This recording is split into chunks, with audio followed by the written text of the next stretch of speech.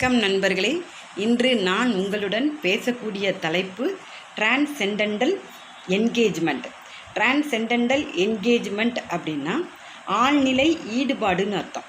இப்போ ஆழ்நிலை ஈடுபாடு அப்படின்னா நாம் என்ன செயல்களை செய்தாலும் அதில் ஒரு ஈடுபாட்டுடன் செய்ய வேண்டும்.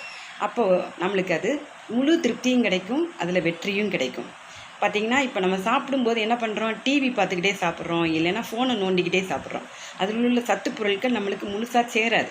ஸோ அதில் என்ன சாப்பிட்றோமோ அதில் என்ன இருக்குங்கிறத கூர்ந்து கவனித்து அதனுடைய உணவை அந்த டேஸ்ட்டை உணர்ந்து சாப்பிடணும். அப்போ மட்டும்தான் நம்மளுக்கு அதில் உள்ள சத்துக்கள் போய் சேரும்.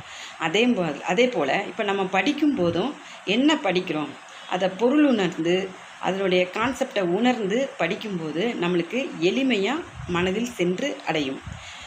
இந்த டிரான்சென்டென்டல் என்கேஜ்மெண்ட், அதாவது இந்த ஆழ்நிலை ஈடுபாட்டை நம்மளுக்கு பகவத்கீதையிலே சொல்லியிருக்கிறாங்க. பகவத்கீதையில் 4 யோகங்கள் இருக்குது. அதில் ஒரு யோகம் புக்தி யோகம் அல்லது பக்தி யோகம் அப்படின்னு குறிப்பிட்டிருக்கு.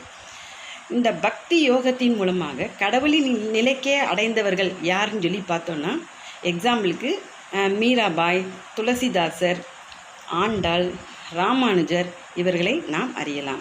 ஸோ நம்ம எந்த வேலையை செய்தாலும் ஒரு முழு ஈடுபாட்டுடன் செஞ்சால் கண்டிப்பாக நம்மளுக்கு அதில் வெற்றி கிடைக்கும் என்று கூறி முடிக்கிறேன். நன்றி.